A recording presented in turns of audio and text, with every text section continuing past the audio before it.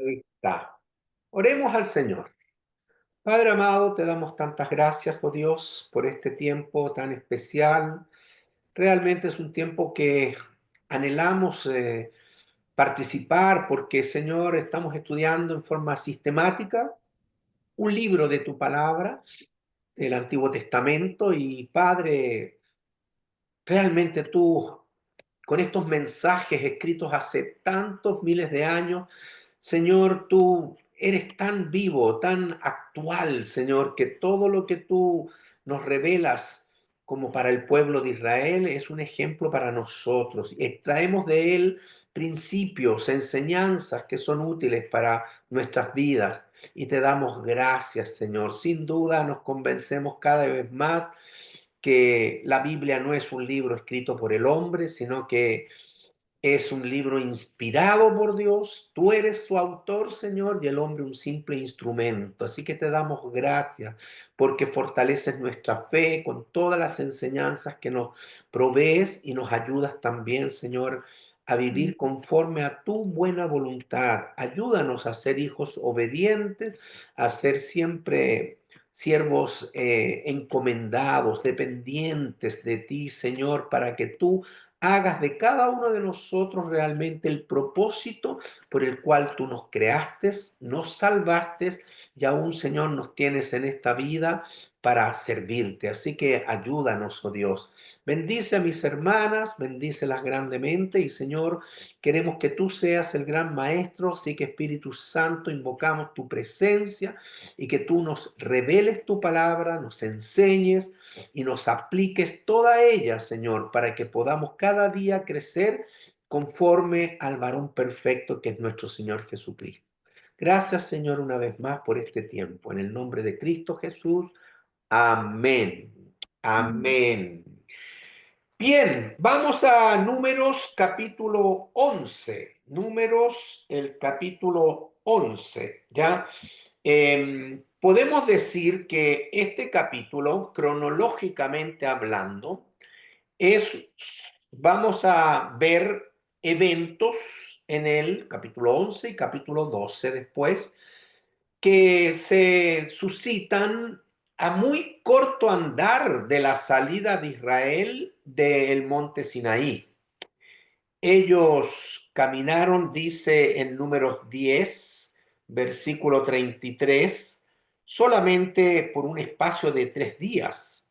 33, 10, 33. Así partieron del monte de Jehová, es decir, a las faldas del monte Sinaí se refiere eso. Partieron camino de 3 días. Ya el arca del pacto de Jehová fue delante de ellos, camino de 3 días, buscándoles lugar de descanso. Y la nube de Jehová, la presencia del Señor, iba sobre ellos de día, desde que salieron del campamento. Así que entramos al capítulo 11 consciente de que este pueblo ha iniciado su travesía hacia la tierra prometida por el desierto.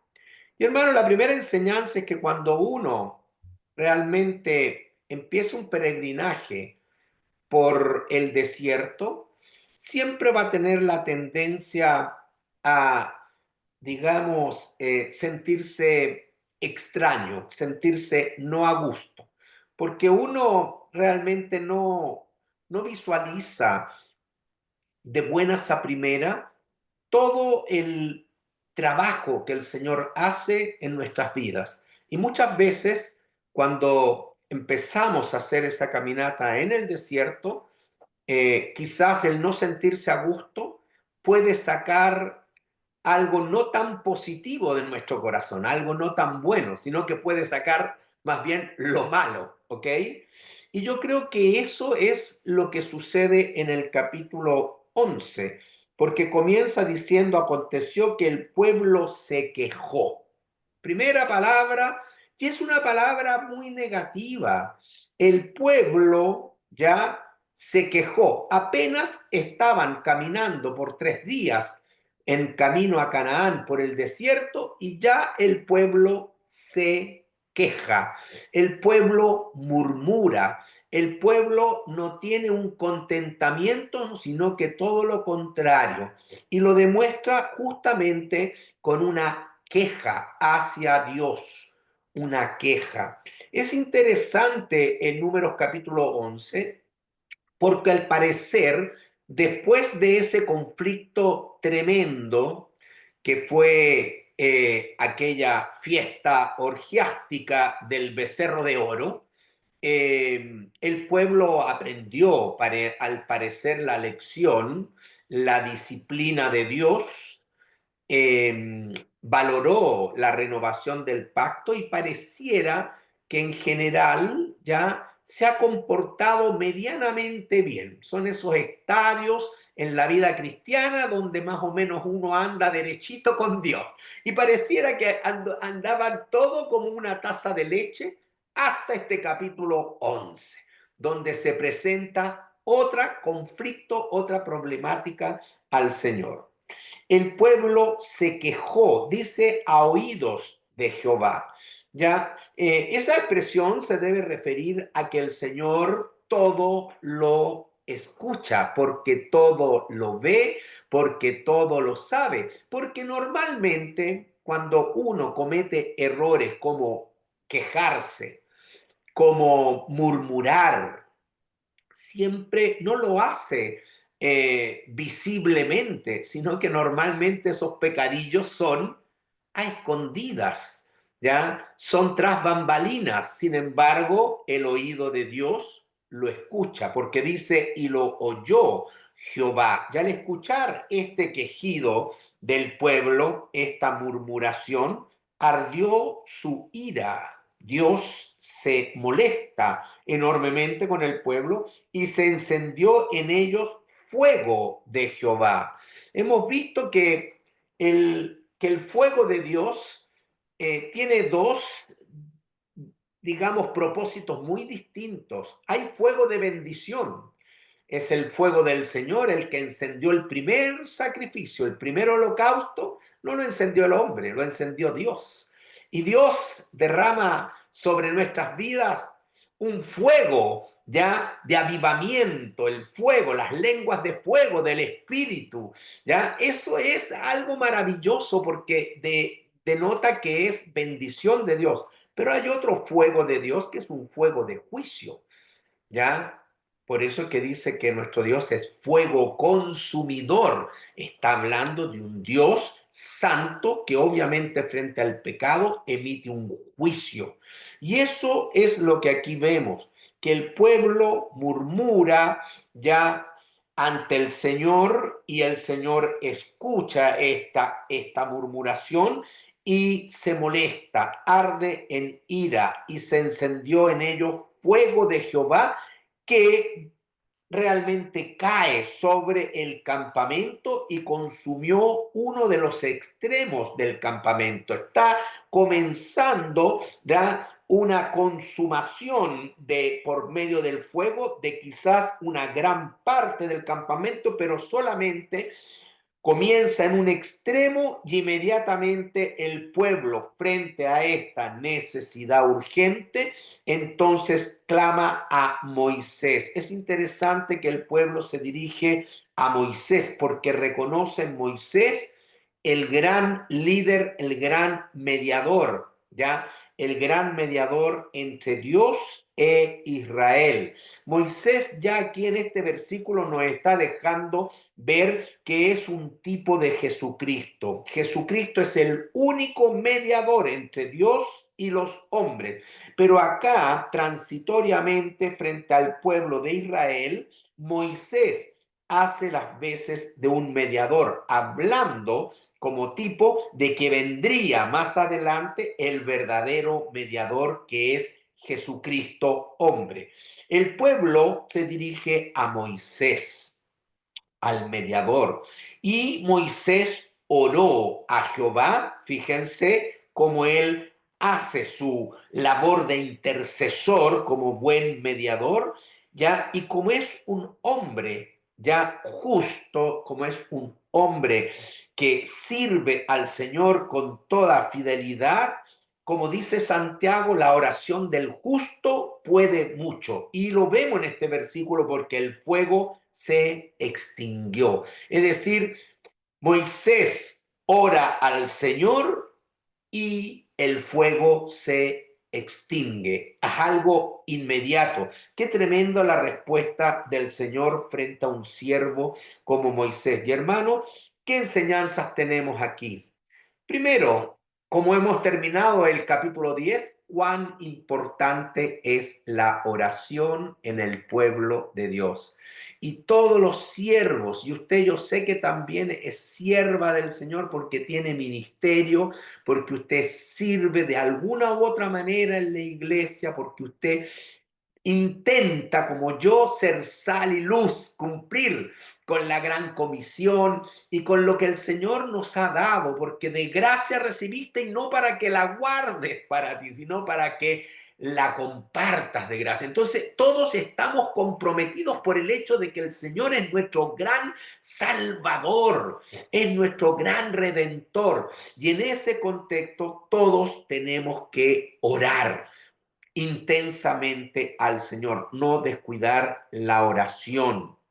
Y es lo que vemos acá, que frente a una necesidad, y hoy día sabemos que estamos pasando por muchas y variadas necesidades. Por lo tanto, qué importante la reunión de los viernes temprano, como la reunión que tiene la iglesia, reunión de oración los martes u otros días en los cuales la iglesia ora. Yo sé que hay diferentes grupos en Chile, acá en Miami, en Cape Coral, de oración. Lamentablemente, sabemos que es una de las reuniones de más baja asistencia, lo que no debiera ser la reunión de mayor asistencia.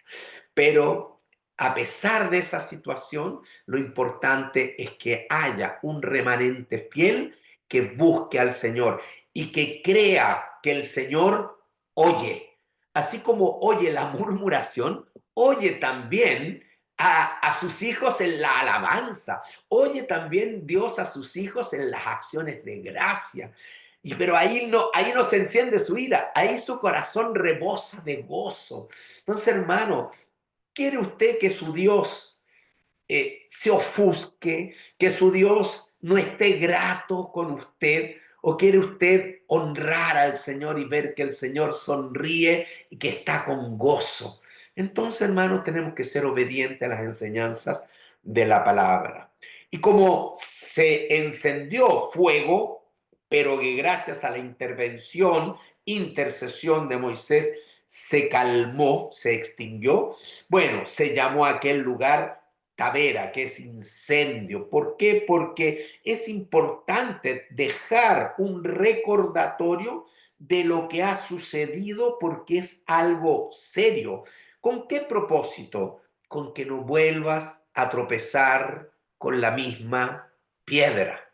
El Señor nos deja estos recuerdos para que, oye, no vuelvas a caer en lo mismo. Aprende la lección y humíllate delante del Señor y que el Espíritu Santo genere un cambio desde el interior. Que el Espíritu Santo te cambie desde el corazón. ¿Por qué? Porque sobre toda cosa guardada debemos guardar nuestro corazón. Y el Señor está trabajando. Así como empieza a trabajar en este peregrinar en el desierto con Israel, el Señor también empieza a trabajar desde el momento en que tú le abrazaste como Salvador y Señor, y seguirá trabajando hasta que vayamos a la presencia del Señor. Mi Padre hasta ahora trabaja y yo trabajo. Dios no descansa en su trabajo, y su trabajo especial es llevar a sus redimidos en un proceso de santificación hacia la glorificación. ¿Entiende? Así que esa vida cristiana, hermano, esas tres palabras, redención, santificación, glorificación, no pueden ser abolidas. Eso es el proceso del Señor en su trato contigo y conmigo. Cuanto más va a tardar y cuanto más caídas, dolores, disciplinas, cicatrices vamos a generar es en base a cuánto obedecemos o cuánto desobedecemos en ese proceso. Y Dios nos deja esta enseñanza de la palabra justamente para que, como dice Corintios 10, que estas historias de Israel, Dios las dejó como ejemplo a la iglesia, como ejemplo a ti y a mí. Entonces, hermanos, tenemos que ser serios y aprender cuál es la enseñanza del Señor y ser obedientes a su palabra, ¿ya? Muy bien, versículo 4. Y la gente extranjera que se mezcló con ellos, es decir, con Israel, tuvo un vivo deseo. Entonces nos muestra el versículo 4 que esta queja y que esta murmuración y que este conflicto que se enciende allá en el pueblo, ya se originó no netamente en el israelita, sino en gente extranjera. Gente extranjera que salió desde el mismo Éxodo con Israel y también que se fueron incorporando en la medida de que veían que Dios bendecía a Israel. Por supuesto, con intereses muchos se acercan al pueblo de Dios y se mezclan. Pero hermano, la enseñanza que el Señor nos da es que nosotros también estamos expuestos a estar, digamos, influenciados por inconversos. Hay dos cosas. ¿Debemos aislarnos? No, no, te ruego que no los quites del mundo. Así que usted puede estar, porque Cristo estuvo con publicanos y pecadores, usted puede ya estar. ¿Para qué? Para usted ser buena influencia al inconverso, pero no al revés. No para que el ambiente del incrédulo, de este extranjero, que dice aquí la escritura, ¿no es verdad?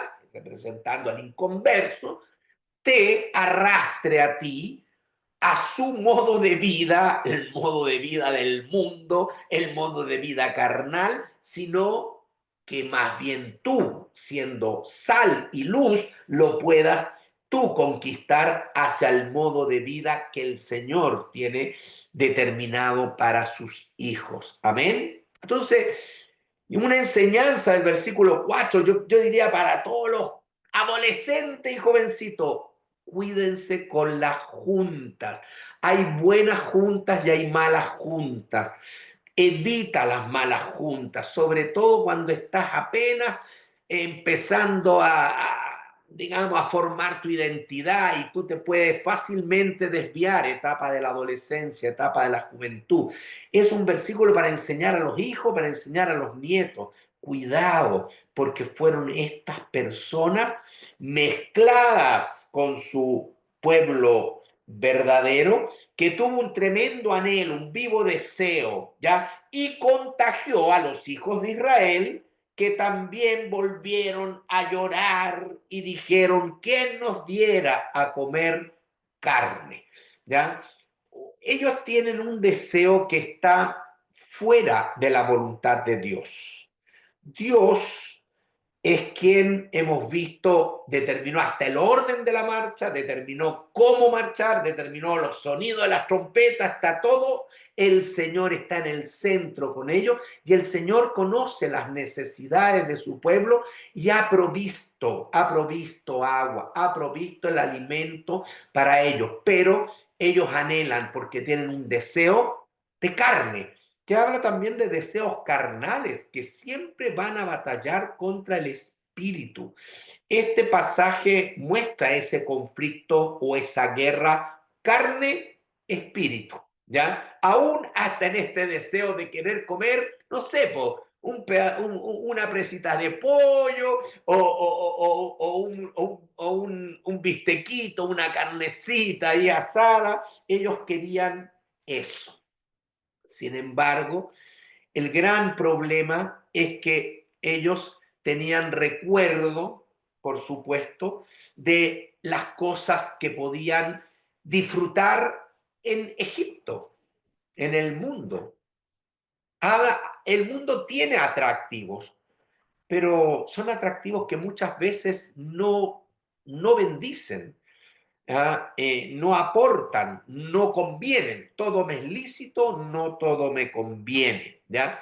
Ellos se acordaban del pescado que comían en Egipto. ¿Ya? Se acordaban de las verduras y de las frutas, etcétera, que les otorgaba Egipto. Y añoraban ese tipo de cosas, ¿ya? Siendo que ahora nuestra alma se seca, pues nada sino este maná ven nuestros ojos. O sea, hermanos, yo creo que aquí hay varios pecados que hay que entender.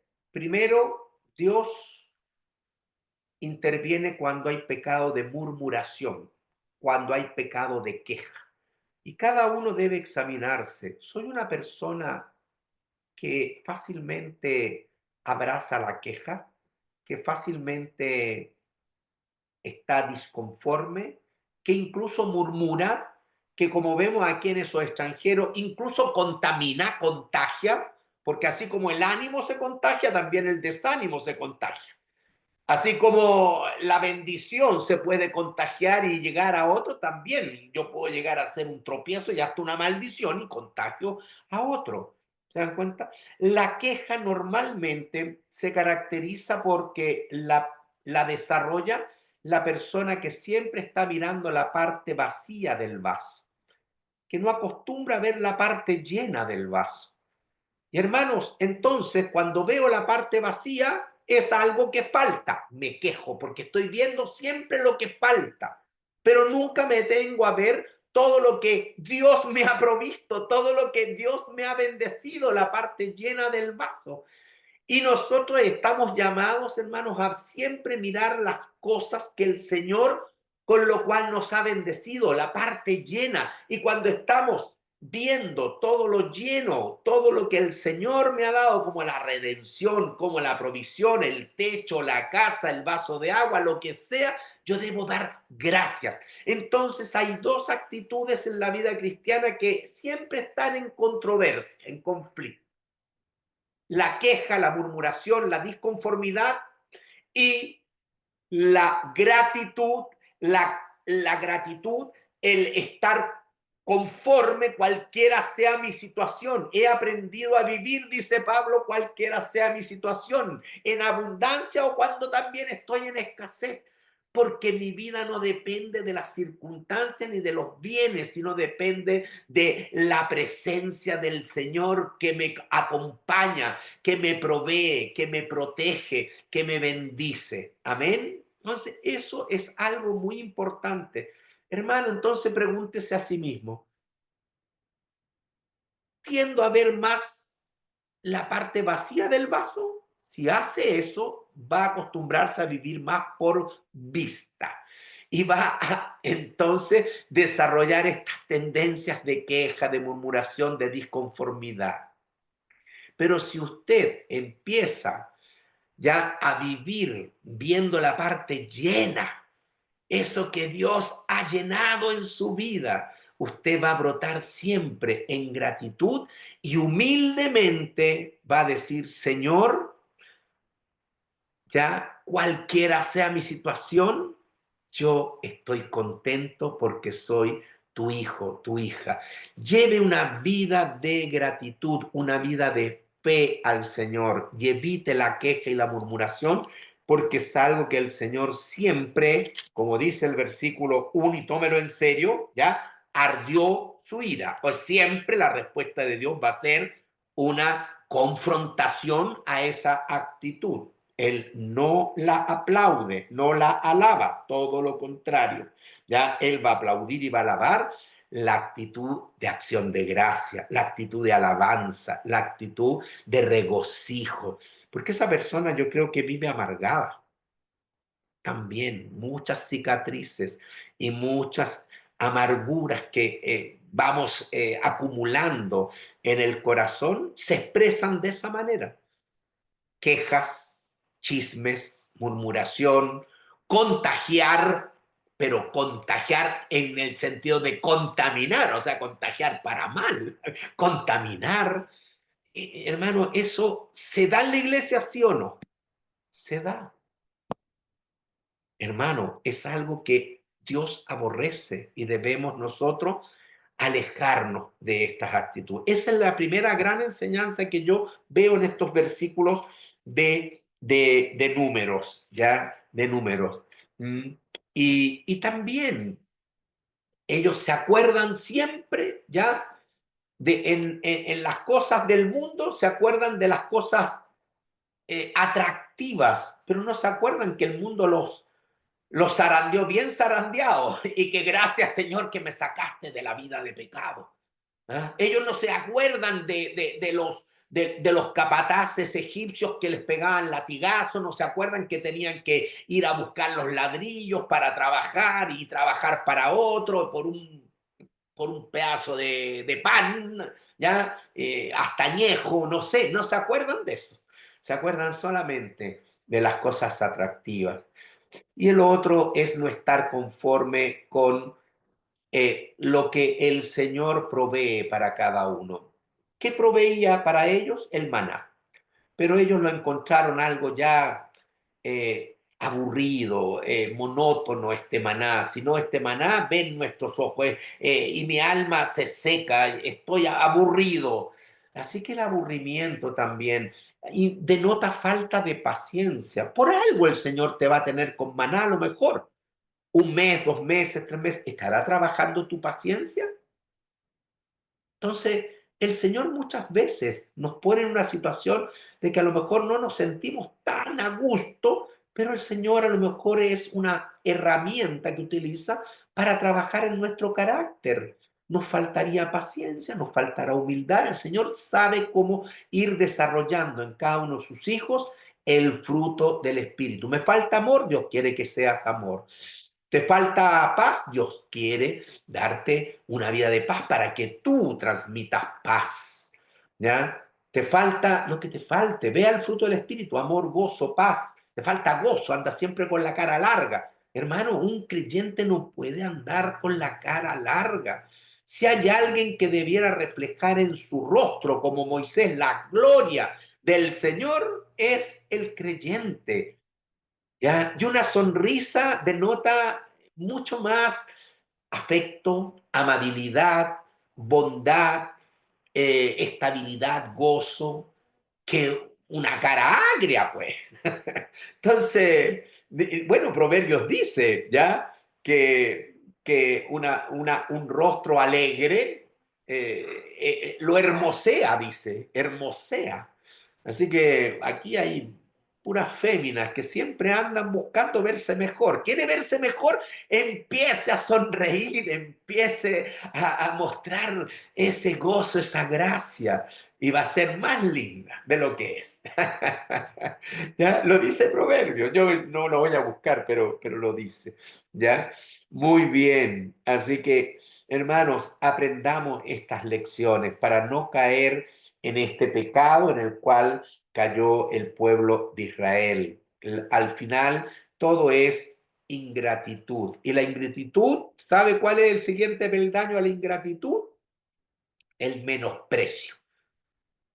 El que es ingrato, tarde o temprano va a menospreciar la gracia, va a menospreciar las misericordias nuevas cada día del Señor, pero las va a menospreciar. Y eso Dios no lo acepta. Así que cuidado con esas actitudes, ¿ya? Y era el maná como semilla de culantro y su color como color de bedelio. A lo mejor no era tan atractivo, ¿ya? Un color de bedelio, un color verdoso así, ya que no es muy llamativo. Dice que el sabor era un sabor suave. En otra parte de la escritura incluso dice que tenía un sabor medio dulcito como miel, ¿ya? Interesante. Y bueno, y si Dios lo otorgó, era porque tenía todos los nutrientes necesarios para el pueblo en ese transitar por el desierto. No me cabe la menor duda. Si hay algún científico más grande que el Señor, el Señor. ¿Ya? ¿Hay alguien que sepa más de cualquier tema? Nadie más que el Señor. Así que era beneficioso en ese momento para el pueblo, pero el pueblo le faltó también paciencia, ¿ya? Y esperar que pasaran algunos meses, lo que sea, para quizás estar en otro lugar y seguramente habría un cambio en la dieta, pero en ese momento era este. Entonces, hermano, aprender la paciencia, no adelantarse a los planes del Señor y no murmurar contra el Señor. El pueblo, dice, se esparcía y lo recogía. Además, es algo que el Señor daba como siempre, en gracia, o sea, que no lo mereces y gratuitamente. ¿Ah? No estás invirtiendo nada, no estás pagando por él, ya lo recoges, podías trabajarlo en molinos o en morteros y podías cocerlo en caldera, ya podrías hacerlo de diferentes formas como tortas o como en otra presentación y su sabor era como sabor de aceite nuevo, ya aquí dice aceite nuevo, creo que en Éxodo está, me parece, el sabor también que tenía el maná y deja entrever de que tenía un suave gusto a miel, ¿ya? A aceite nuevo. Entonces sí, puede ser que el sabor no sea el mejor, pero es un sabor agradable, es un sabor que es totalmente apetecible. Lo que pasaba también es que, y puede pasar en la vida cristiana, que la verdad es que si uno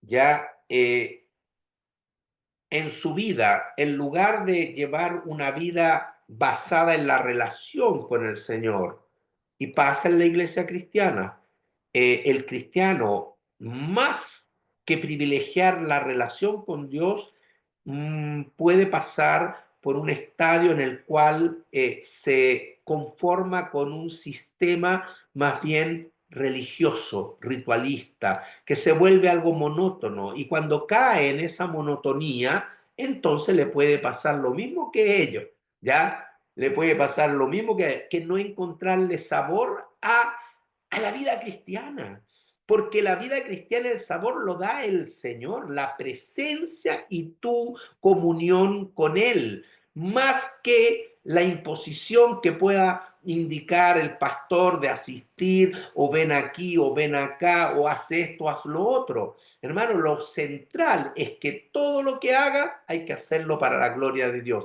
Y cuando uno hace las cosas para la gloria de Dios, es porque realmente ya mantiene una relación viva con un Dios vivo que lo llena, que lo sacia, que lo satisface. Si no está esa relación interna, mire, la vida cristiana puede ser en lo externo bastante aburrida y bastante monótona. Depende cómo uno realmente la enfrente. El mensaje es que lo enfrentemos con una relación interior de la presencia del Señor, de gratitud y de alabanza.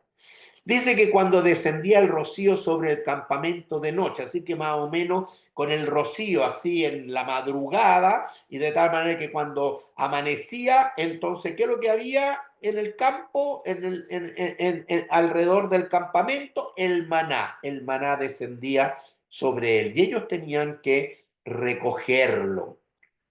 Bueno, Moisés oyó al pueblo que lloraba por sus familias, o sea que, eh, mire, aquí también llegó a contagiar la murmuración y la queja, parece que encontró buen caldo de cultivo en las familias, al punto que se deprimió el pueblo.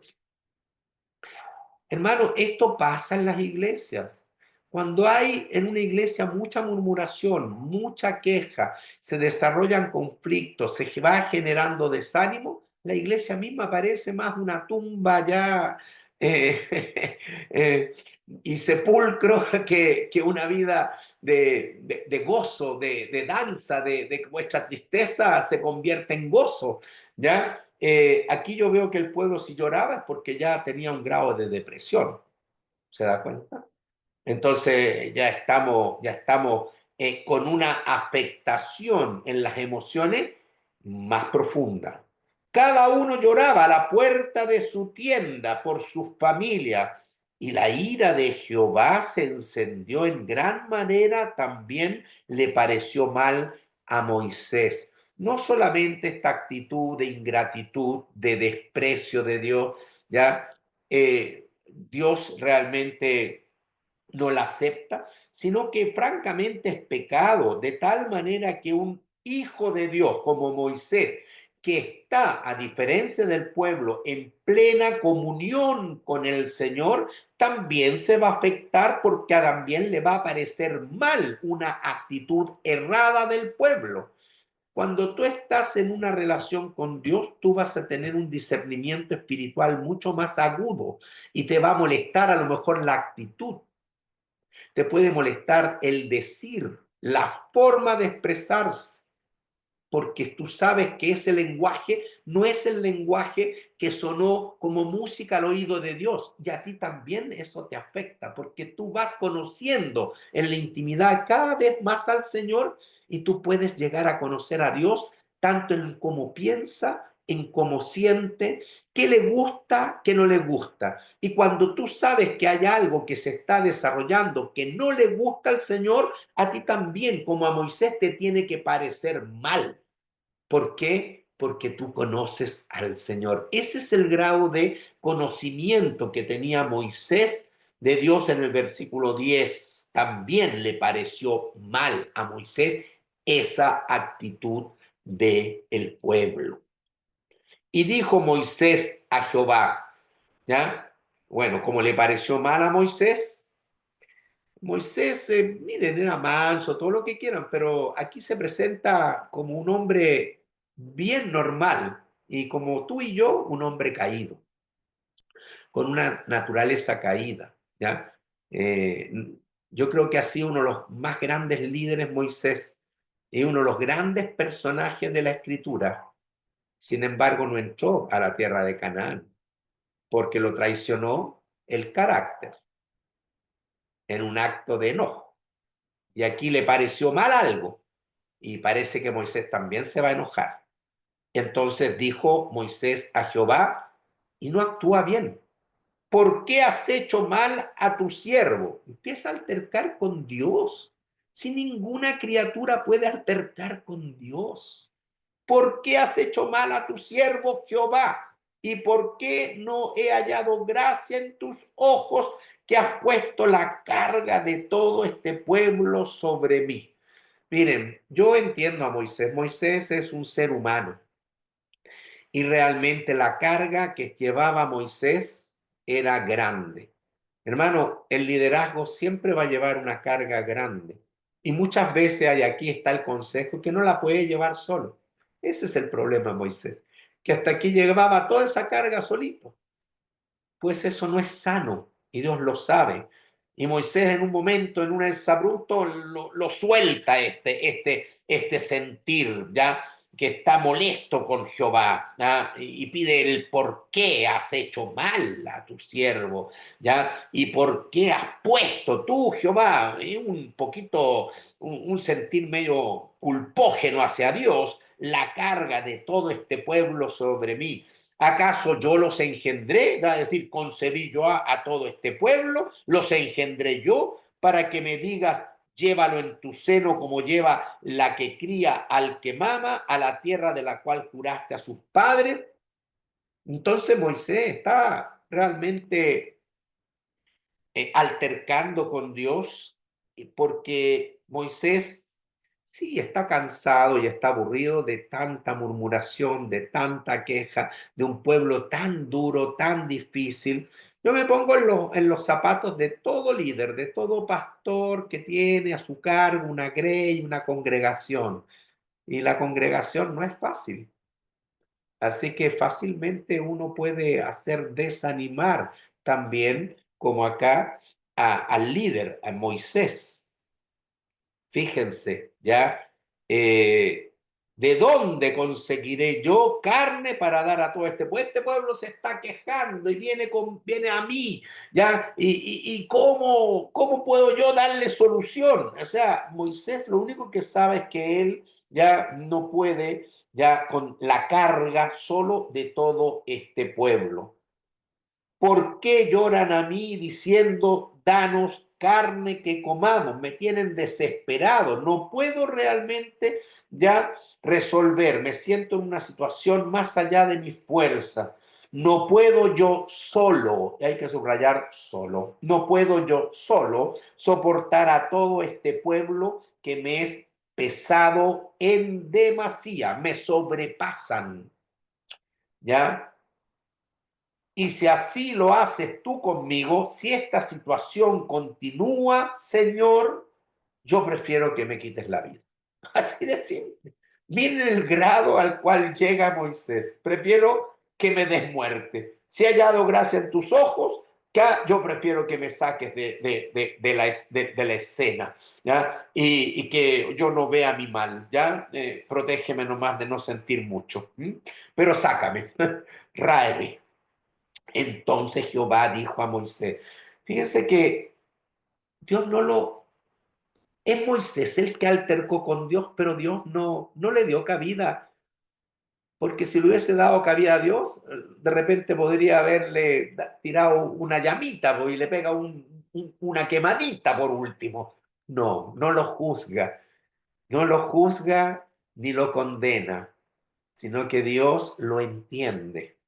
En esta situación lo entiende, ¿ya? Porque está altercando con él y porque está altercando desde lo profundo de su incompetencia, de su corazón, de su situación de total impotencia, porque el problema me supera y se lo dice a Dios, entonces Dios lo entiende. Y Dios en su misericordia le busca una solución. Mientras que cuando Dios se molestó con Moisés, fue cuando Moisés trató mal a su prójimo, a su pueblo. Se le pasó la mano con Israel a Moisés. Y por eso es que no entró a Canaán y la tuvo que ver de los montes. ¿Se entiende?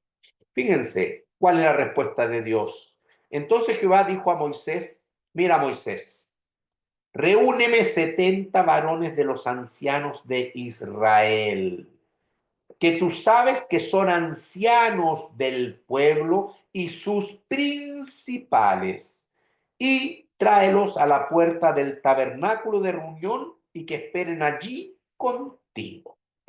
Moisés, te voy a ayudar. Tienes toda la razón. Tú no puedes llevar la carga de todo el pueblo solo sobre tus hombros. Así que Moisés, voy a acudir en auxilio ya tuyo. Tú mismo escoge, tú mismo selecciona a 70 ancianos con sabiduría, ya principales de tu pueblo, y júntalos aquí en el tabernáculo de reunión. Y yo descenderé y hablaré allí contigo. Dios mantiene un orden. Dios quiere manifestar que el mediador, que el interlocutor es uno, y ese es Moisés. Porque uno podría decir, Moisés, reúnemelos a todos aquí porque voy a hablar con ellos. No, reúnelos a todos aquí, pero yo voy a hablar contigo y tú vas a hablar con ellos. ¿Ya? Entonces, descenderé y hablaré allí contigo. ¿Y sabes qué voy a hacer? Ese espíritu que he puesto dentro de ti, Moisés, lo voy a poner en ellos, en cada uno de los 70, y llevarán contigo, una vez que tengan la capacitación de Dios, que es el espíritu que Dios ha puesto en Moisés, que ahora lo va a distribuir en cada uno de los 70, llevarán contigo la carga del pueblo y no la llevarás tú solo. Este pasaje es realmente maravilloso. Si usted observa toda la escritura, el Señor, cuando estaba con sus discípulos, les dijo que no les iba a dejar solo y que iba a enviar a otro como yo, al Consolador. el Espíritu que está con ustedes, alrededor de ustedes, en compañía de ustedes, pero que después de Pentecostés estará en ustedes. Ahora, en el Antiguo Testamento es eso lo que sucedía, que el Espíritu Santo moraba en medio del pueblo, estaba acompañando al pueblo o incluso algún líder, pero con excepción, Dios, ya como un anticipo de la iglesia, ya eh, ungía con su espíritu a algún siervo. Moisés es uno de los que tenía el Espíritu Santo dentro de él. ¿Entienden? Y es el Espíritu que está dentro de ti, que aquí no se llama Espíritu Santo, pero es el Espíritu Santo el que va a compartir con los 70, porque solamente la obra de Dios se puede hacer bajo la dirección del Espíritu de Dios. ¿Se entiende? Y por eso es que esto es un anticipo de lo que iba a suceder el día de mañana, muchos siglos después, ya como característica de un nuevo pueblo que nacería, que es la iglesia. ¿Ya? Entonces tomaré del espíritu que está en ti. ¿Qué espíritu? ¿El espíritu de Moisés? No, es el espíritu de Dios que ha ungido a Moisés. Y ese espíritu lo va a compartir con los 70 y entonces ellos van a tener la posibilidad de participar en el liderazgo y en la dirección de la obra, para que tú no la lleves solo. Y al pueblo le vas a decir, santificado. O sea, primero Dios le va a dar una respuesta a la necesidad del líder. El líder está pidiendo morirse, que no puede con la carga del pueblo. Y es verdad, y hermano, yo lo he dicho muchas veces. eh, yo siempre voy a considerar que una iglesia no está en plenitud de salud si veo que esa iglesia está siendo dirigida exclusivamente con toda la carga por una persona, porque no es el modelo bíblico. La iglesia tiene que tener un grupo de ancianos, un grupo pastoral, un grupo en el cual el pastor principal tiene que apoyarse, porque hay dos opciones. O le va a pasar lo de Moisés, que no va a sentirse con la suficiente fuerza para combatir toda la problemática de llevar a una iglesia. ¿Es esa una opción? No sentirse bien, deprimirse, por último, como él, que Moisés, que se deprimió hasta pedir la muerte. O se va a proteger psicoemocionalmente de tal manera de no afectarse para no caer él en depresión, pero va a transmitir a la iglesia en general una falta de ánimo, porque por dentro se ponen una coraza, pero por fuera son totalmente susceptibles de afectar también a la congregación. Es lo que pasa aquí. Moisés ya no podía seguir solo, porque no es el modelo de Dios que alguien lleve toda la carga sola. Por lo tanto, Dios le provee de un equipo de 70, pero que tienen que tener el espíritu del Señor para desarrollar la obra, ¿ya? En compañerismo, en apoyo, en una comunión férrea con el líder principal. En eso no hay problema. Responde Dios a la necesidad de Moisés. Pero el pueblo quiere carne, entonces en el versículo 18 va a responder a la necesidad del pueblo y le dice, pero al pueblo le dirás, santificaos para mañana porque les voy a dar carne. ¿Ya? porque habéis llorado en oídos de Jehová, diciendo, ¿quién nos diera a comer carne? ¿Ya? ¿Quién nos diera a comer carne? Esa frase es bastante agresiva porque cuando uno dice, ¿quién me pudiera solucionar esto? Es porque está excluyendo de su posibilidad de solución a Dios. Está excluyendo a Dios. Es como que no están considerando a Dios en sus vidas, en sus necesidades. A ese grado cae el pueblo. ¿Quién nos puede? Como el Chapulín Colorado, ¿no? ¿Ya? ¿Y quién me puede salvar? ¿Quién me puede ayudar? ¿Ah? Bueno, el creyente nunca debe hacer esa pregunta, ¿quién? Porque hay un quién muy presente, muy vivo, que es tu Dios, que te creó, que te salvó, al cual merece toda la honra, la gloria, la alabanza y la adoración tuya. Entonces no puedes tú hacer la pregunta, ¿quién en este momento me puede echar una mano? Ni en una enfermedad, ni en cualquier problema que tenga un creyente. Nunca menciones un quién, porque cuando mencionas la palabra quién, implícitamente estás excluyendo a Dios de tu vida. Es como que Dios no lo considero en mi vida. Eso es muy grave. ¿Lo entienden, hermanos? ¿Quién nos diera? Oye, pero si hay un Dios que abrió el mar rojo, hay un Dios que te redimió con 10 plagas y la última de los primogénitos, hay un Dios que está contigo, hay un Dios que te ha provisto de agua, te ha provisto hay un Dios que te entrega cada día su misericordia. Hay un Dios, ¿cómo vas a decir quién? Hay uno solo que te puede dar a comer carne. Hay uno solo que puede satisfacer tu anhelo, tus ansias, aunque ese Dios no esté de acuerdo en ese momento con esa voluntad humana. Ciertamente mejor nos iba en Egipto, ya eso es más agresivo hacia Dios, ya preferimos la vida del mundo que esta vida ya que tú nos has dado de libertad. Wow, tremendo. Jehová pues os dará carne y comeréis.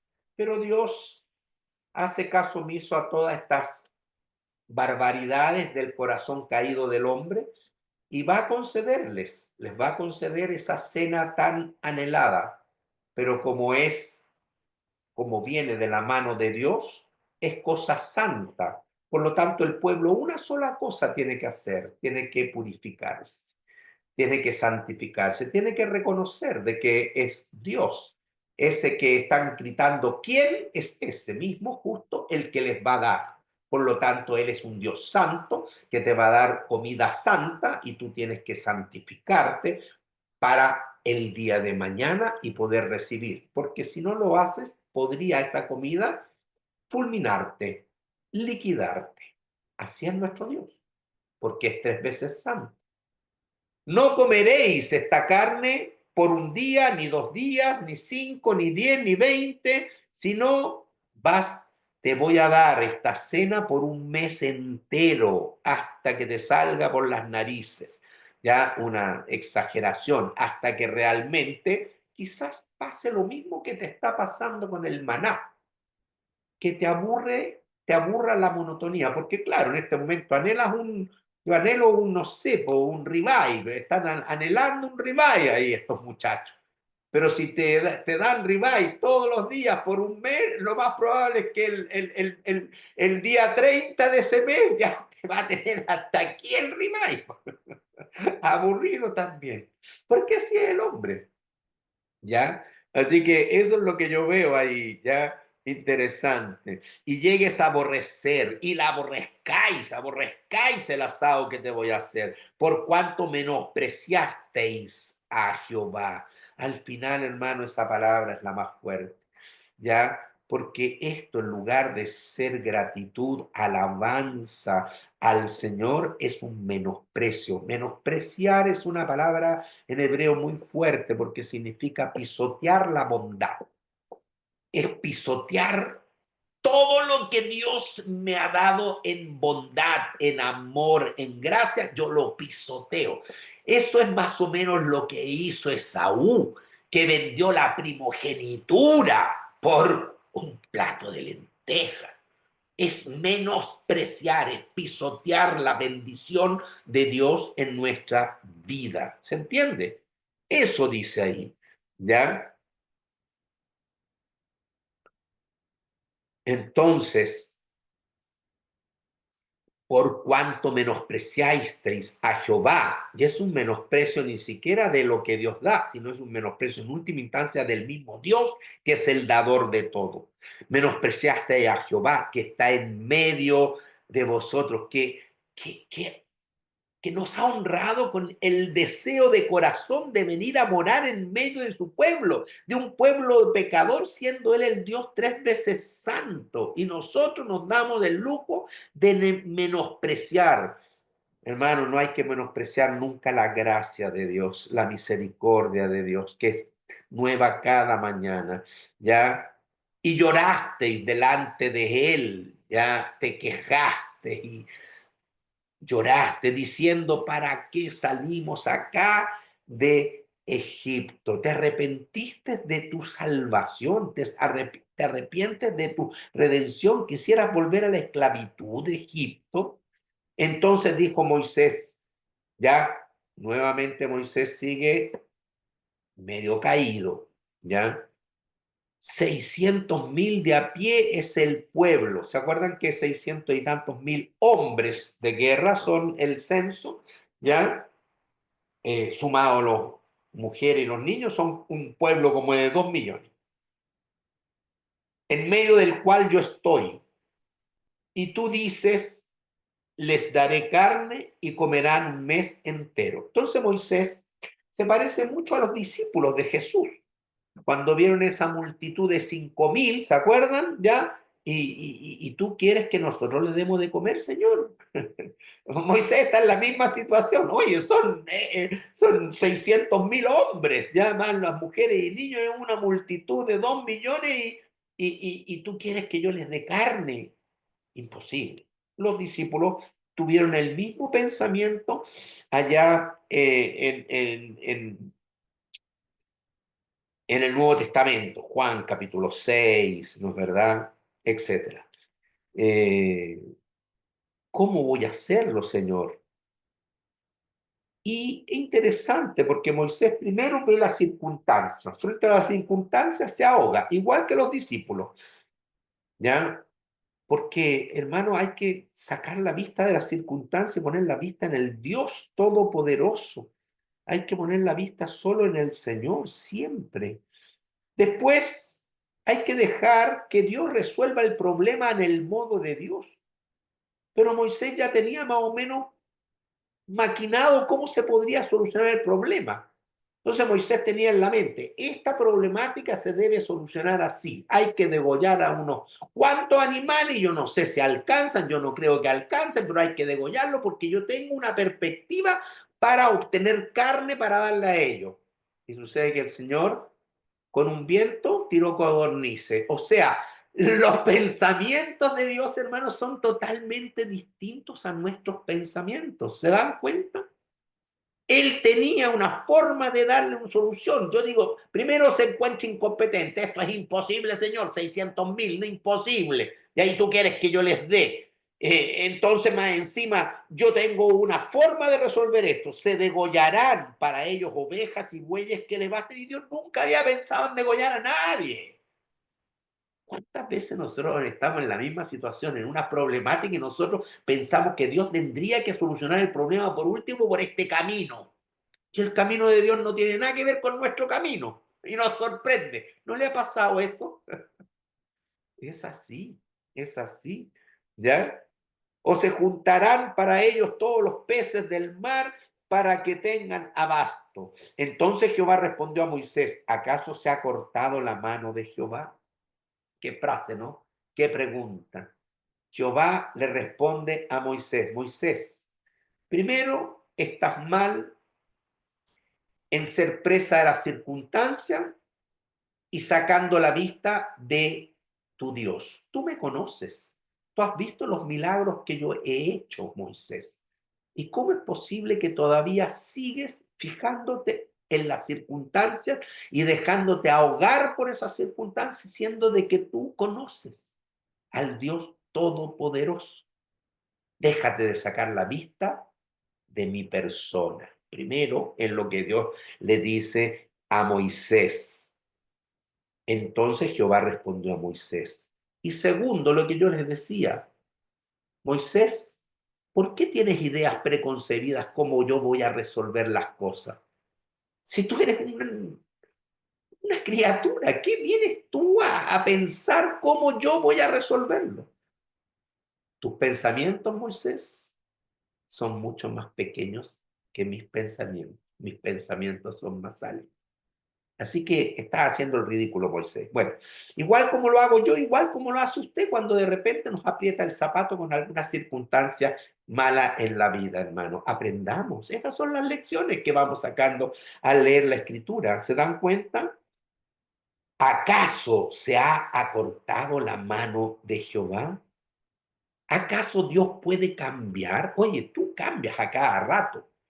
Pero Dios es inmutable, Dios no cambia, su amor es eterno, su poder está intacto.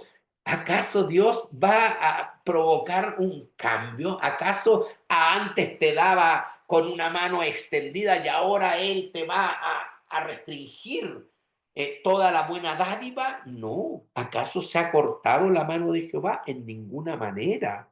Dios nunca cambia y el amor de Dios nunca cambia. La provisión de Dios no cambia. Todo lo que el Señor es para nosotros es el mismo ayer, hoy y por los siglos. Por lo tanto, nunca la mano de Dios se va a cortar para sus hijos. Ahora verás si se cumple mi palabra o no. Y la prueba es que todo lo que yo he dicho se cumple. Hermano, esa es la evidencia más grande de nuestro Dios, que es un Dios vivo, que todo lo que Él dice se cumple. Y ahora vamos a ver que todo lo que Dios ha prometido, todo Dios lo va a cumplir. Qué tremendo ese versículo. Ahora verás si se cumple mi palabra o no. El no, descártelo, porque siempre la palabra de Dios se va a cumplir, siempre. Y salió Moisés y dijo al pueblo las palabras de Jehová. Hizo como Dios le dijo, reunió a los 70 varones, ancianos del pueblo, los hizo estar alrededor del tabernáculo. Entonces Jehová descendió en la nube y le habló. ¿A quién? A Moisés, no le habló a los otros. Hizo exactamente como Dios había dicho que iba a hacer, así, pero palabra por palabra, hasta la coma y la tilde, nada puede cambiar porque la palabra de Dios se cumple al 100%. Y le habló a Moisés y tomó del espíritu que estaba en Moisés y lo puso en los 70 varones. No había dicho que eso iba a hacer, lo hizo. Y cuando posó sobre ellos el espíritu, hubo una evidencia. Cuando posó el Espíritu Santo en los varones, en los ancianos, en los principales, ¿qué hicieron? Profetizaron. Profetizaron y no cesaron. Aquí se dice que la palabra profetizar, ya que podría uno entender como que dieron profecía, no es esa la palabra, no es que dieron profecía predictiva, pero sí lo que yo pienso es que profetizaron sería que tuvieron un control completo de su ser, siendo llenos del Espíritu Santo, ¿ya? Donde pudieron proclamar palabra de Dios tanto eh, como recitadas como en alabanza. Lo más probable es que este es un momento en que ellos, ya llenos del Señor, adoraron, alabaron, proclamaron, invocaron el nombre de Jehová. Ese es el sentir de todas esas palabras que le estoy diciendo, están detrás de esto. Profetizaron y no cesaron. Se mantuvieron un tiempo exclusivamente en eso, sin agregar nada a lo que es la palabra del Señor. Y habían quedado en el campamento dos varones llamados el uno Eldad y el otro Medad, ¿ya? Estos tenían que haber ido a la convocatoria del tabernáculo, pero no dice cuál ha sido la razón por la cual no fueron y se quedaron en medio de las tiendas del campamento, sobre los cuales también reposó el Espíritu, porque habían sido seleccionados dentro de los 70. Así que 68 llegaron al tabernáculo y 2 se quedaron en el campamento, pero como eran también parte de estos 70, ¿ya? También reposó el Espíritu en ellos. Estaban estos entre los inscritos, seleccionados, pero no habían venido al tabernáculo. ¿Y qué hicieron ellos? Profetizaron en el campamento. O sea, Dios igual los utilizó a estos dos que no fueron, pero los utilizó alabando y proclamando el nombre del Señor en medio del campamento. ¿Ya? Y corrió un joven y dio aviso a Moisés y dijo, Eldad y Medad profetizan en el campamento. Es decir, algo no está bien, porque muchas veces en la obra del Señor somos súper cuadrados, estructurados, en que las cosas deben ser como nosotros creemos. Así como Moisés, que creía que la carne tenía que hacer por medio de degollamiento y no tenía nada que ver. Así muchas veces somos muy perpicaces en esa situación, siendo que el Señor hace como él, como bien él quiere, porque él es libre, totalmente autónomo.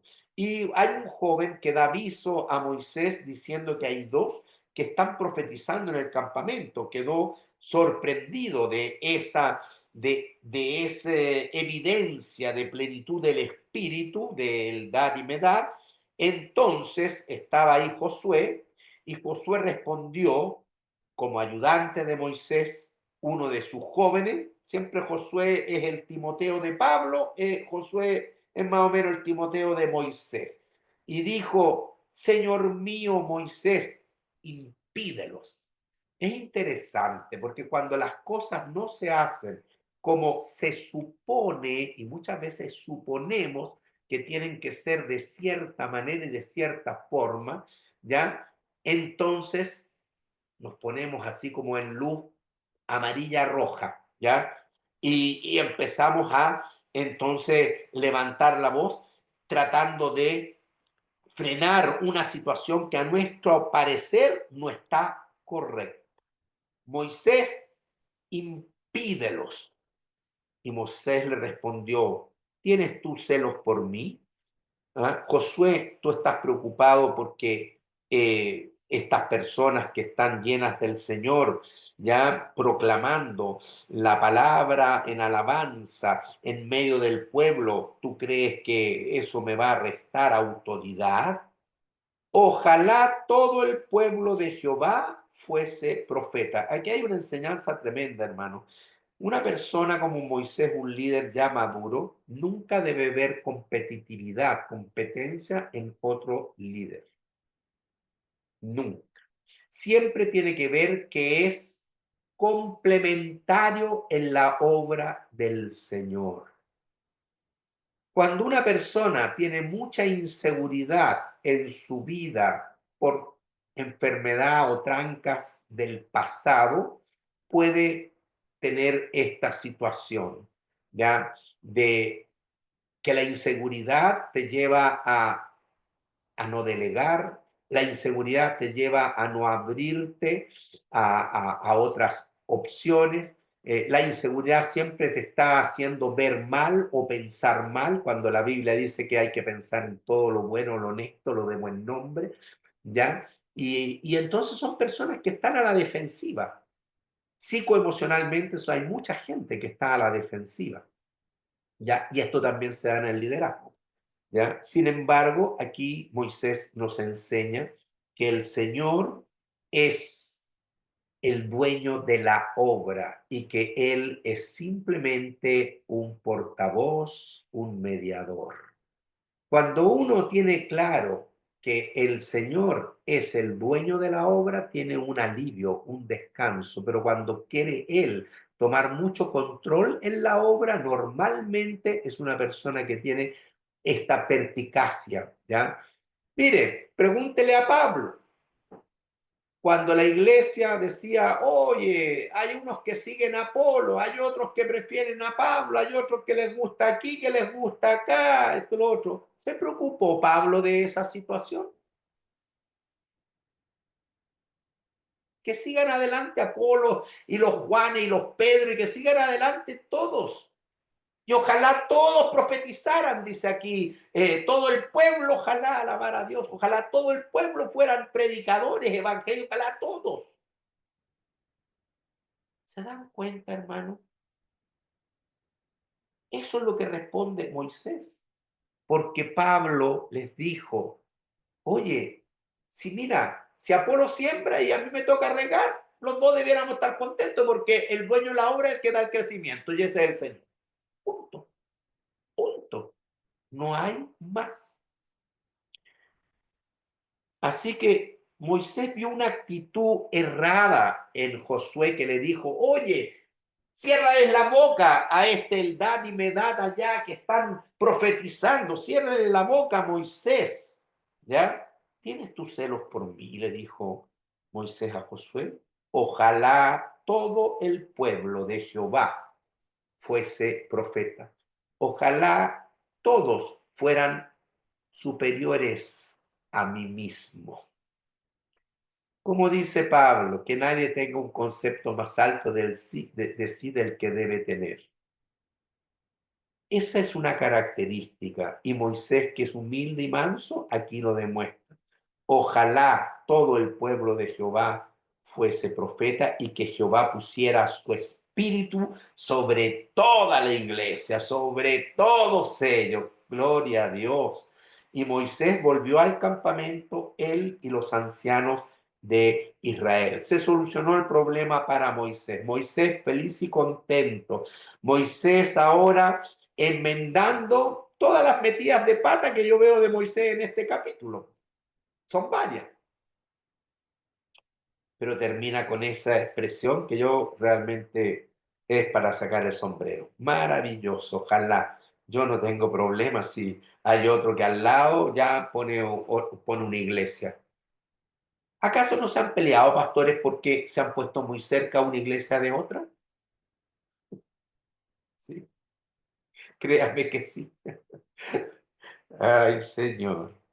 Y vino, y luego entonces en el 31, ya que Moisés queda de regreso en el campamento con todo su equipo, ya en el cual poder apoyarse, los ancianos de Israel, versículo 30, en el 31 Dios le responde ahora al pueblo. ¿Cómo hizo?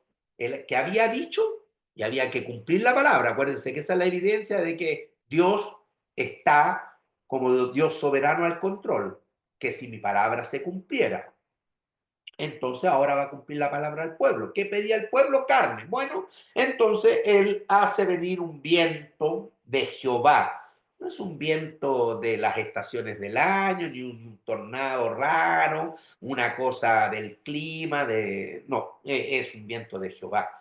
Es interesante, pues la palabra viento, ruaj, es la misma palabra de espíritu, la misma palabra de que el espíritu ya de Dios tenía que ir a los ancianos. Dios entonces dice, vino un espíritu de Dios, que es el viento, ya, o sea que detrás de ese viento viene el espíritu de Dios que trae codornices del mar, del Mediterráneo, luego un viento y trae los codornices y la dejó sobre el campamento un día de camino a un lado y al otro día un día de camino al otro lado. Y un día de camino más o menos debía ser unos 10 a 15 kilómetros, 7, 8 millas, imagínense. Así que codornices por kilómetros al lado, impresionante, alrededor del campamento y casi 2 codos sobre la faz de la tierra. Y en una cantidad, como son muchos, una cantidad que más o menos podría ser 2 codos, casi 1 metro, 90 centímetros o 1 metro. Buen tamaño, de altura. Todo eso lleno de codornices. Impresionante. impresionante. Es la mano que no se ha cortado, la mano de Jehová, la que puede hacer todo eso. Hermano, qué maravilloso.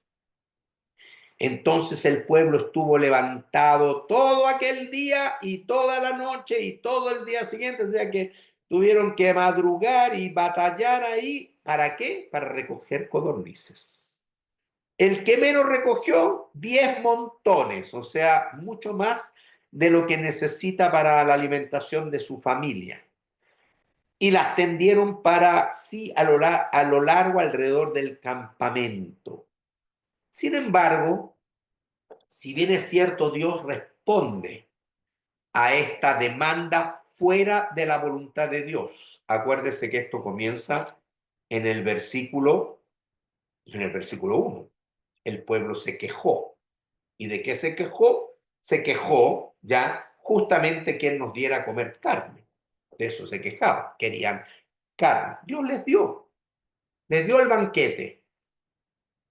Pero como fue pecado, entonces había que pasar una factura. Porque todo pecado trae consecuencias. Así que esta cena salió cara, porque aún estaba la carne, versículo 33, entre los dientes de ellos, antes que fuese masticada, cuando la ira de Jehová se encendió en el pueblo e hirió Jehová al pueblo con una plaga muy grande. No dice qué tipo de plaga, no sé si puede ser un ataque al corazón, como puede ser no sé, una indigestión, ¿ya? Pero el tema es que muchos murieron. Fue una plaga muy grande. ¿Por qué digo esto? Porque el nombre de aquel lugar se llamó sepulcro, o sea, cementerio, ¿ya? De los codiciosos, de los codiciosos. Porque el problema detrás de todo esto es el pecado de la codicia. Es el último de los 10 mandamientos, la codicia. Y la codicia, ese último es el más grave, porque en él se encierran los otros. El no robarás, tú no vas a robar si no codicias algo del prójimo. Entonces, la codicia está en lo profundo del corazón. Y eso es el 10.º mandamiento que ha sido violentado flagrantemente y por ende Dios, si bien es cierto, les dio a comer, hubo un pago, el pago de una plaga muy grande por causa del pecado, al punto de que muchos murieron conformándose ese lugar como Kibrot Hataba, cementerio, sepulcro, tumbas de los codiciosos, porque la codicia tiene que ser erradicada del pueblo, por cuanto allí sepultaron al pueblo codicioso. Hermano, cuidado con la codicia. La codicia, mire, también la codicia hay positiva y negativa. Por ejemplo, Josué fue codicioso. ¿Qué codició Josué? Codició negativamente que Eldad y Medad podían llegar a ser más grande que Moisés. Así que Moisés cuida. Codician puestos. Uno puede codiciar un puesto de trabajo, uno puede codiciar un auto mejor que el vecino, uno puede codiciar una casa, uno puede codiciar muchas cosas. Pero la codicia hay que analizarla porque es raíz de los males. ¿Ya? El amor al dinero, pero sí, pero detrás del amor al dinero, el amor, codicia al dinero. Ahí está la palabra, es codicia. Y de Kibrot Jataba partió el pueblo a Acerot y se quedó en Acerot. Hermano, yo creo que aquí hay muchas enseñanzas, pero la primera es que en el caminar de la vida cristiana tiene que usted erradicar la queja, la disconformidad, tiene que erradicar la murmuración, tiene que erradicar todo lo que usted ve en este pasaje, porque se enciende la ira del Señor. Y el Señor es un Dios lleno de misericordia. Tiene que saber si va a ser influenciado por la gente extranjera o usted los va a influenciar. Usted tiene que también tener un corazón puro, mirando siempre al Señor, ¿ya? Y cuidar de altercar con Dios, porque Moisés mismo llegó a altercar con Dios. Pero el Señor le respondió, y ahí vemos que la iglesia siempre tiene que ser gobernada no por uno solo, sino por un grupo de ancianos que trabajan en equipo. Ya es la iglesia más sana. Y luego diría yo que hay que tener mucho cuidado con que mis deseos estén totalmente en la carne, fuera de la voluntad del Señor, porque podría incluso llegar a cumplirse, pero el costo que vas a pagar va a ser muy alto, como pagó el costo estos israelitas, donde muchos fallecieron por esa plaga. Rápido el capítulo 12. Miren, yo le llamo al capítulo 12 ya a Moisés le llueve sobre mojado, ¿ya? Porque si ya era doloroso y tan insoportable para Moisés que llegó a altercar con Dios por ver que el pueblo le reclamaba a él y él no se sentía capaz de seguir soportando toda la carga pesada de este pueblo, de ahí los 70 varones, el espíritu del Señor maravilloso, sino que aquí la queja, la murmuración, viene de su familia. María y Aarón hablaron contra Moisés, sus hermanos mayores. Y la principal es María, ¿ya? Ella es la instigadora en este caso, ¿ya? Así como en el capítulo 11 son los extranjeros los que inician y todo el pueblo sigue en el pecado, todo el pueblo de Israel. Aquí es María y el seguidor Aarón, porque Aarón ese se llama un follower, un seguidor, porque cuando vino el becerro de oro, lo mismo, siguió al pueblo. Él no tiene los pantalones para ponerse firme en la defensa de la honra y gloria del Señor. Ese es Aarón. María y Aarón hablaron. La palabra hablaron en el original, ya como el idioma hebreo tiene femenino y masculino también, hablaron para nosotros es neutro, ya quizás está más en masculino, hablaron, como si fueran varones, hablaron, no hablarán, no existe en mujeres, pero en hebreo existe el femenino. Y hablaron aquí en hebreo es femenino, por lo tanto la que habló fue María, ¿ah? ¿Entienden? María. María es la que inicia en la murmuración, es la instigadora y es la que en última instancia habló y contaminó a Aarón. Y Aarón, como es bien pasivo, siguió la cuerda contra Moisés a causa de la mujer cusita que había tomado Moisés. Moisés ya se casa en segundas nupcias con una mujer cusita. Quizás ellos hubiesen esperado que se casara con una israelita, pero se casó con una cusita, ya que es una mujer de la región de Etiopía. Sin duda porque Séfora, su primera mujer y madre de dos de sus hijos, ya falleció. Entonces él se casa con la mujer cusita, ¿ya? Eso no les pareció bien, a lo mejor María también se puede haber visto amedrentada por un liderazgo femenino en esta nueva cuñada, no sé, son cosas a veces de mujeres, ustedes la pueden interpretar mejor que yo, ¿m? Porque él había tomado mujer cusita, pero esa es una excusa insignificante, porque lo que está a la raíz de todo es una envidia. Así que esa es, digamos, la mascarita que presento ya como para molestar y para poder validar mi murmuración, pero no es eso. Y dijeron, solamente por Moisés ha hablado Jehová, no ha hablado también por nosotros. Ahí está. Hay una codicia que se llama envidia. La envidia también es codicia. envidia. ¿Ya acaso solamente por nuestro hermano menor Moisés habla Dios? ¿Acaso no ha hablado también por nosotros? Fíjate tú, Aarón, tú eres el sumo sacerdote, tú eres la persona más importante desde el punto de vista religioso de toda la nación, Aarón. Y yo soy considerada en este pueblo como profetisa desde que canté en Éxodo 15 ya el cántico de Moisés y de María, ¿ya? Quedé como una gran profetisa, así que todo el pueblo me reconoce como una líder dentro del ambiente femenil, del ambiente femenino.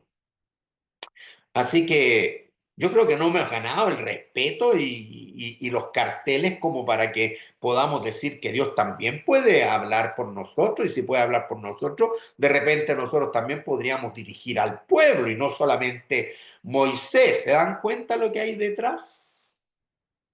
Pero lo oyó Jehová, dice. Y aquel varón Moisés era muy manso, más que todos los hombres que había sobre la tierra.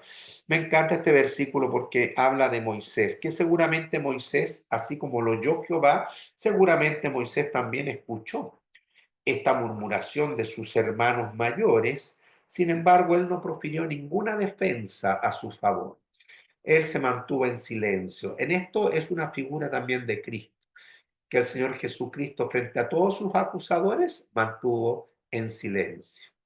Como cordero que va al matadero, no abrió su boca, dice. ¿Ya? Así que eso habla de la humildad profunda, habla de una mansedumbre, habla de que él está consciente de que todo en su vida es gracias al Señor. Soy lo que soy por la gracia de Dios. Y era muy manso más que todos los hombres que había sobre la tierra. Luego dijo Jehová a Moisés, a Aarón y a María. Dios se les presenta a los tres y les dice, salgan ustedes tres al tabernáculo de reunión, ¿ya? Y salieron ellos tres. O sea, Dios escucha y Dios es el que va a realmente resolver este problema entre las envidias, de la murmuración. La defensa de Moisés no es necesaria, ya se cumple lo que dice aquí, ya en el sentido de que mía es la venganza, dice el Señor, yo pagaré, ya tú no hagas justicia por ti mismo. Moisés lo entiende y justamente lo manifiesta en un acto de humildad que llega a decir que era muy manso, más que todos. Muy bien, y ellos salieron. Entonces, versículo 5, Jehová descendió en la columna de nube. Ahí se ve que Dios se hace visible en la columna de nube, es decir, están los tres ante la presencia del Señor ahí en el tabernáculo de reunión. Se puso a la puerta del tabernáculo la nube, en la presencia de Dios, y llamó a Aarón y a María. De los tres, Dios dirige la palabra a los dos que están en pecado. ¿Ya? Aarón, el sumo sacerdote primero, y a María. Se invierte el orden, ¿ah? Es María y Aarón que hablaron, pero aquí Dios habló a Aarón y a María. Sin embargo, a la que va a castigar es a María y no a Aarón. Interesante todo eso. Vaya viendo. ¿Ah? ¿Por qué Aarón? Porque, bueno, porque él es el sumo sacerdote. ¿Ya? Por el rango que él tiene, habla primero, llama a Aarón y a María. Y salieron ambos. Y Dios les dice, oíd ahora mis palabras. Cuando haya entre vosotros profeta de Jehová, le apareceré en visión, en sueños hablaré con él. No así a mi siervo Moisés, que es fiel en toda mi casa. Y este versículo 7, hermanos, como que hay que subrayarlo, porque es el versículo que muestra verdaderamente quién era Moisés para Dios. Era no solo un profeta, era más que profeta. El libro lo explica muy bien. Quiero que usted lo lea y lo analice, porque realmente lo mismo habla Hebreos capítulo 3, con la única diferencia que pone a Moisés allá arriba, y es verdad, y es bueno que el pueblo de Israel tenga un Moisés allá arriba, porque realmente era un grande, grande de Dios, pero un siervo, porque es un siervo fiel en toda mi casa, así dice Hebreos 3. Mientras que Jesucristo es más que Moisés, que es el más grande de todos, pero es más porque no es siervo, es hijo de la casa. Esa es la diferencia. Moisés es mi siervo que es fiel en toda mi casa. Él ha sido fiel en todo, en todo, en todo. Él es el que realmente fue mi instrumento para dar redención al pueblo. Él es la figura principal para establecer el pacto mosaico. ¿Ya? Realmente todos los grandes milagros y portentos, como incluso la apertura del Mar Rojo, es por medio de este instrumento, ¿ya? Al cual le dije que ya tocara con la vara y suscitaron. Entonces Moisés es realmente superlativo. Realmente me ha encantado esta lección porque me he podido conocer más a Moisés. Y dice el Señor que si hay profeta entre ustedes, en el pueblo, le voy a aparecer en visión, le voy a hablar en sueños, pero a mi siervo Moisés le voy a hablar cara a cara.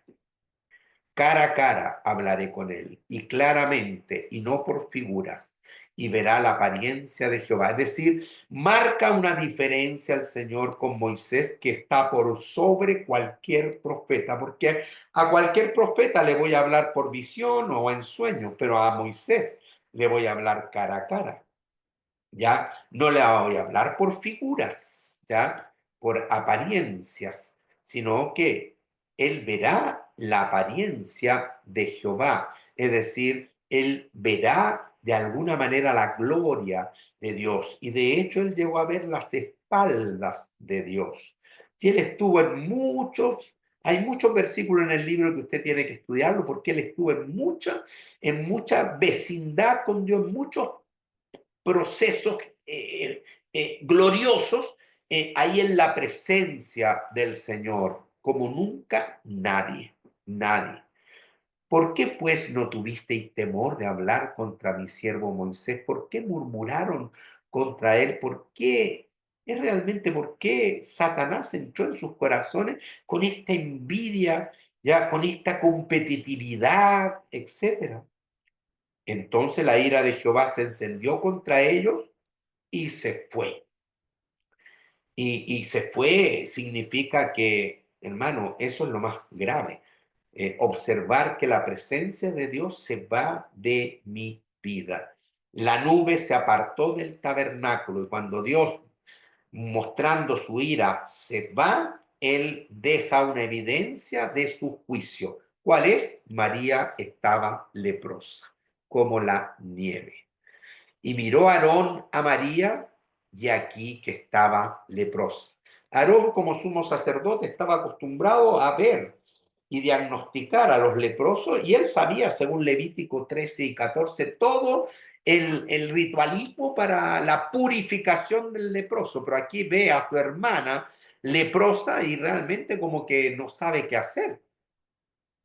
No se atreve, él está con conciencia de pecado porque es cómplice de toda esta situación y por ende él sabe que no tiene la facultad de orar al Señor, de interceder por su hermana. Entonces se dirige a Moisés y dijo Aarón a Moisés: ah, Señor mío, no pongas ahora sobre nosotros este pecado. Señor mío, le llama Señor mío con minúscula a su hermano menor, a Moisés.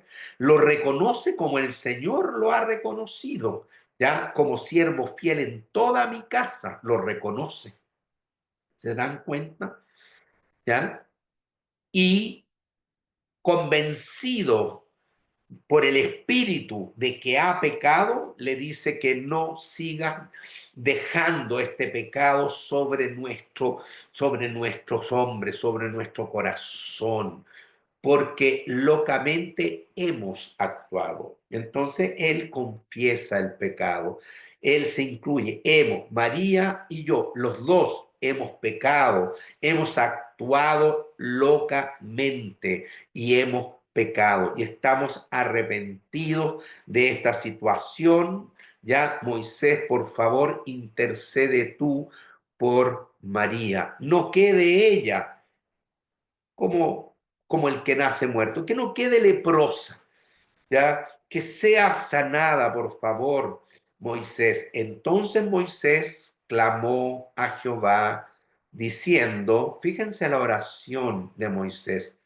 Moisés muestra realmente total humildad. ¿Tiene alguna actitud de revanchismo si habían murmurado contra él?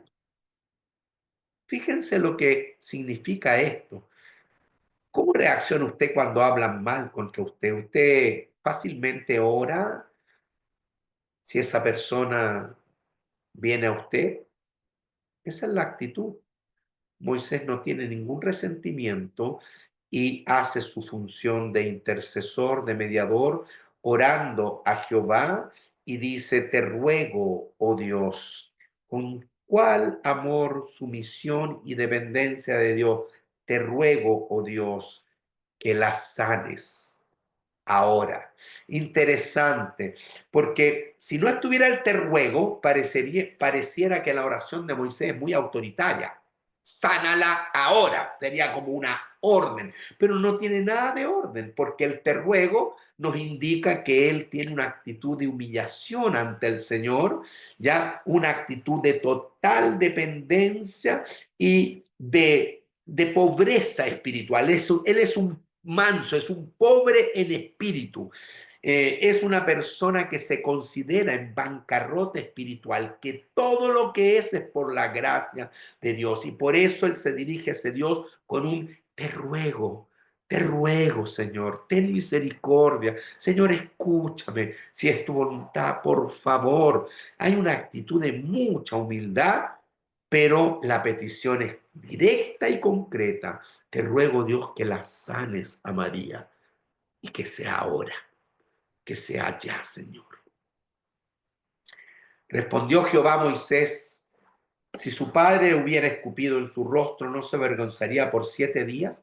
Ya aparte que la ley de la lepra habla de que el leproso tiene que, ya aún con una sospecha, tiene que irse fuera del campamento ya y purificarse por 7 días para volver a un nuevo examen, a una nueva evolución. Si evoluciona favorablemente puede entrar al campamento, si no tiene que seguir allá fuera del campamento, ¿ya? Sin embargo, si un padre humano hubiese manifestado una indignación, una deshonra, escupiendo en el rostro a su hija, ya esta no estaría llena de vergüenza y tendría que purificarse por 7 días.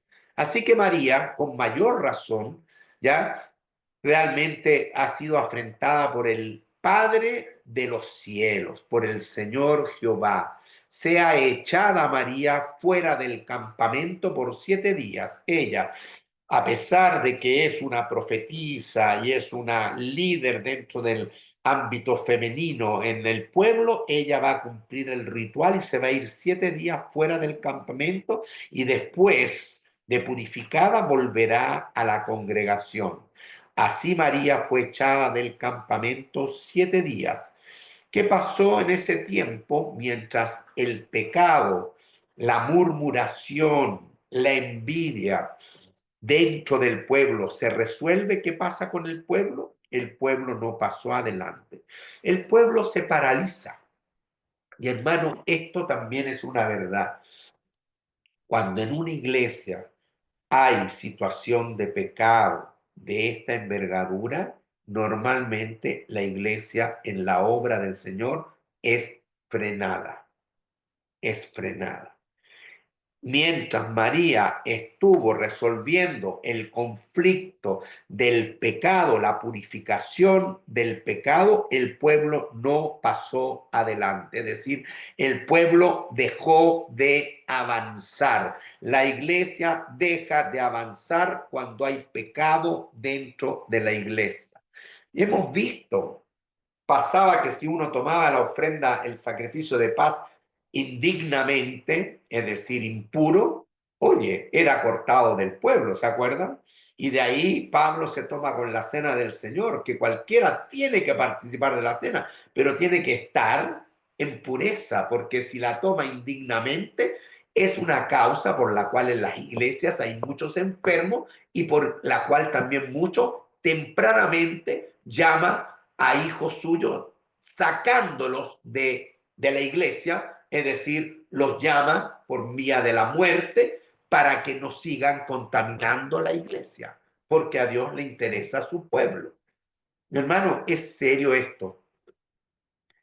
Yo creo que el liderazgo debe estar siempre atento a si la iglesia está viviendo una vida en santidad, porque si hay pecado, la iglesia es frenada, no puede seguir avanzando hasta que María se reunió con ellos.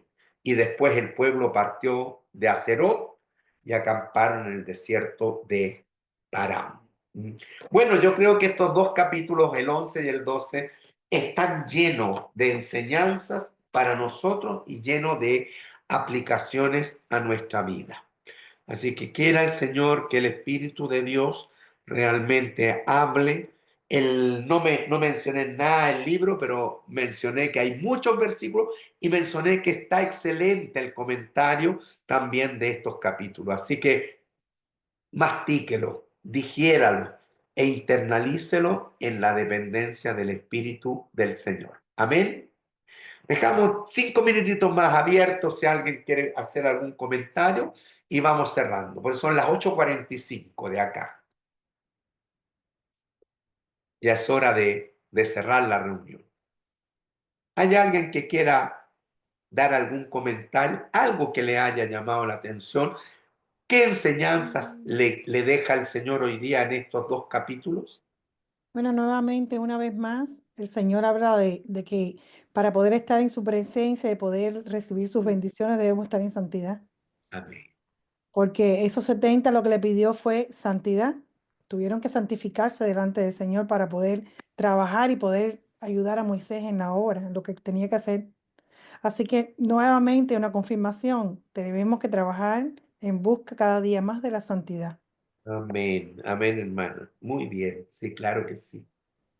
¿Algún otro pensamiento? Sí, Eh, en el ah, 11:6, en el once Ah, seis dice, y ahora nuestra alma se seca.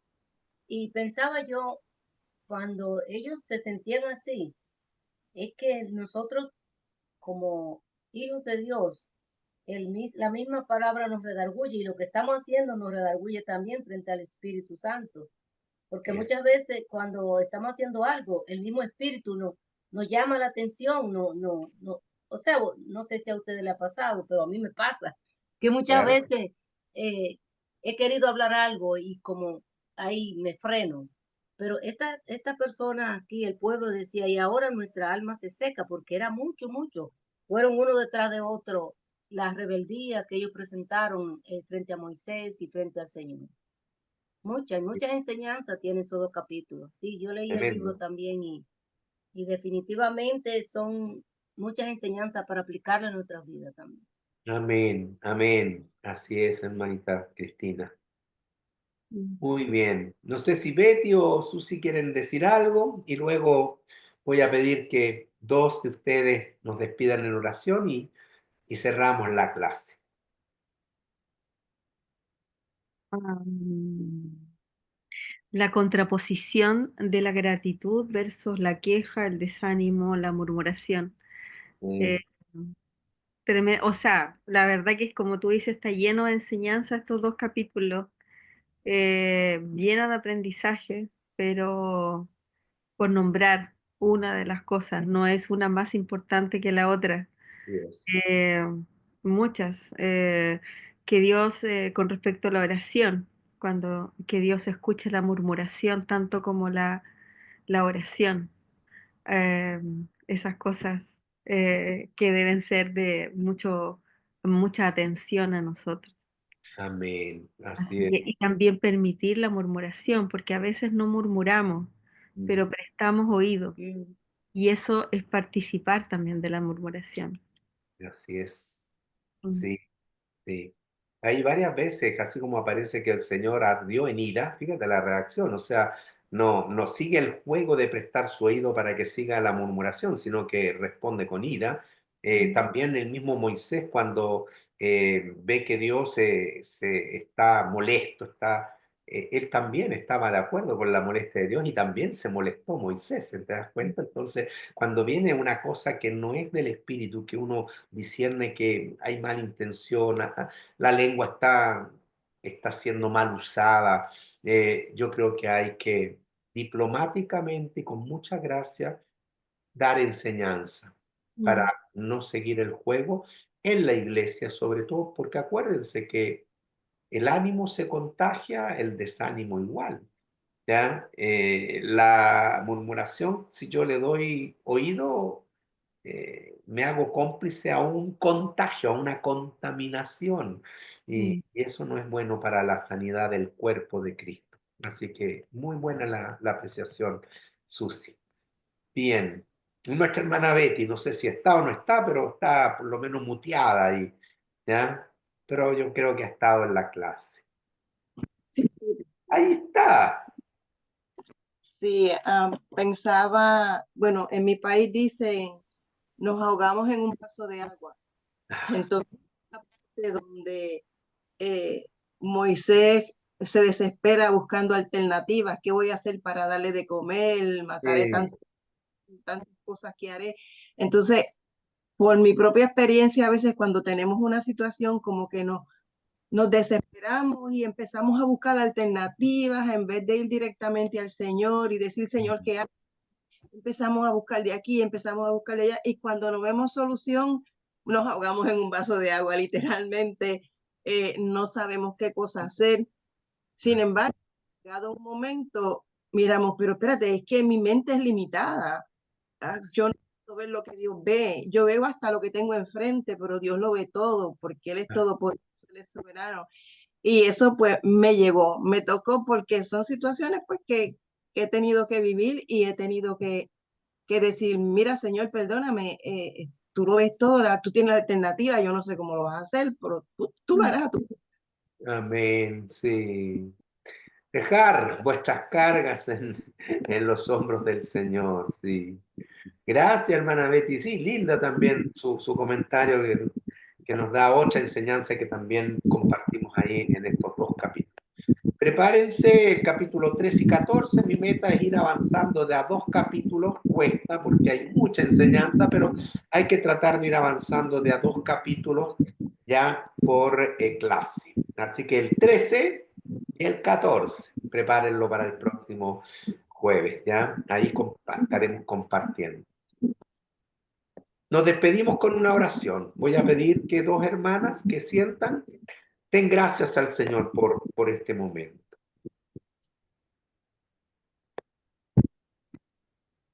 Padre Santo, te damos gracias, mi Dios amado, por toda esta enseñanza, Padre, que nos presenta tu palabra, Señor, y que la hemos visto tan clara, Señor.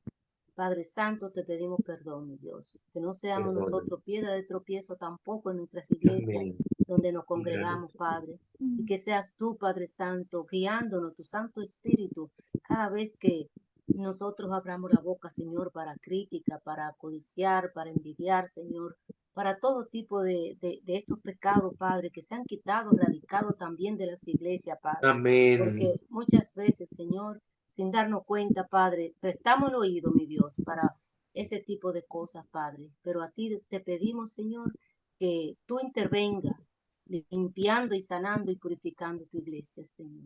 En el Amén. nombre de Jesucristo hemos orado. Amén. Amén. Amén. Agradecido, Señor, por tu igualable fidelidad y amor por tu pueblo, Señor, porque cada día, Señor, nos das una oportunidad para ser más parecidos a ti y menos como nosotros. Bendice nuestras vidas, Señor, para que podamos ser fieles hijos tuyos, Señor, para vivir cada día más en santidad, más parecidos a ti, Señor. Que ese sea nuestra meta cada mañana. En el nombre de Jesús te lo pedimos, Padre. Amén. Amén. Amén. Bueno, hermanas, gracias. Dios les bendiga grandemente y seguimos avanzando.